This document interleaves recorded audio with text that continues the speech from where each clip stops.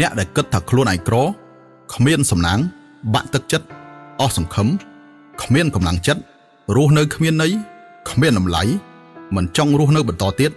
មកស្ដាប់រឿងនេះឲ្យចប់អ្នកប្រហែលជានឹងមានគំនិតថ្មីមួយកាលពីអតីតកាលមានយុវជនម្នាក់តែងតែរអ៊ូរទាំអំពីភាពក្រីក្ររបស់ខ្លួននិងការមិនអាចក្លាយជាអ្នកមានគាត់មានមុខស្រពោនជាប់ជានិច្ចថ្ងៃមួយគាត់បានជួបតាចាស់ម្នាក់ដែលមានអាយុប្រមាណជា80ឆ្នាំនិងមានសក់ពណ៌សតាចាស់នោះបានឃើញយុវជននោះមានមុខស្រពោនដោយផ្លែត្រសក់ជ្រក់ក៏សួរថាហេតុអ្វីបានជាឯងមានអារម្មណ៍មិនសប្បាយចិត្តបែបនេះយុវជននោះឆ្លើយថាខ្ញុំក្រណាស់ធ្វើឲ្យខ្ញុំមិនសប្បាយចិត្តសោះតាចាស់និយាយថាអូខ្ញុំមើលទៅឯងដូចជាមានលុយគ្រប់គ្រាន់ហើយយុវជនសួរដោយមិនយល់ថាតើលោកតាដឹងដោយរបៀបណាថាខ្ញុំមានលុយគ្រប់គ្រាន់តាចាស់និយាយថាខ្ញុំសុំសួរសំណួរឯងមួយប្រសិនបើថ្ងៃនេះខ្ញុំកាត់ម្រាមដៃរបស់ឯងមួយ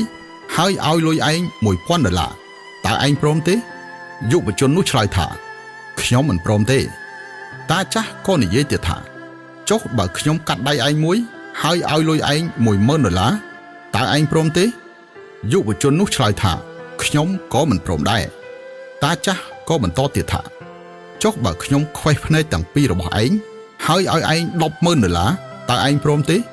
យុវជននោះឆ្លើយថាខ្ញុំក៏មិនព្រមដែរព្រោះបើខ្ញុំមើលមិនឃើញតើយកលុយនឹងមកមានប្រយោជន៍អ្វីតាចាស់និយាយបន្តថាចុះបើថ្ងៃនេះខ្ញុំធ្វើឲ្យឯងคล้ายជាមនុស្សចាស់សក់សដូចខ្ញុំហើយឲ្យឯង$1,000,000តើឯងព្រមទេយុវជនគិតមួយផ្លែតហើយឆ្លើយថាខ្ញុំក៏មិនព្រមដែរតាចាស់និយាយថាបើឥឡូវនេះខ្ញុំយកជីវិតរបស់ឯងហើយឲ្យឯង$10,000,000តើឯងព្រមទេយុវជននោះឆ្លើយថាខ្ញុំកាន់តែមិនព្រមទៀតព្រោះស្លាប់ហើយតើបានប្រយោជន៍អ្វីទៅតាចាស់និយាយថា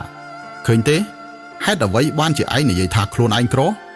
ងមានទ្រព្យសម្បត្តិជាង$10,000,000រួចទៅហើយដូច្នេះ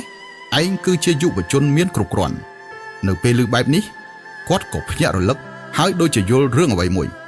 ជាការពិតតាមរយៈរឿងខ្លីមួយនេះខ្ញុំចង់ប្រាប់ដល់អ្នកទាំងអស់គ្នាដែលបានឃើញវីដេអូនេះថានៅក្នុងជីវិតប្រសិនបើថ្ងៃនេះអ្នកបើកភ្នែកពេលព្រឹកឃើញព្រះអាទិត្យរះឡើងថ្មីអាចដកដង្ហើមដោយសេរី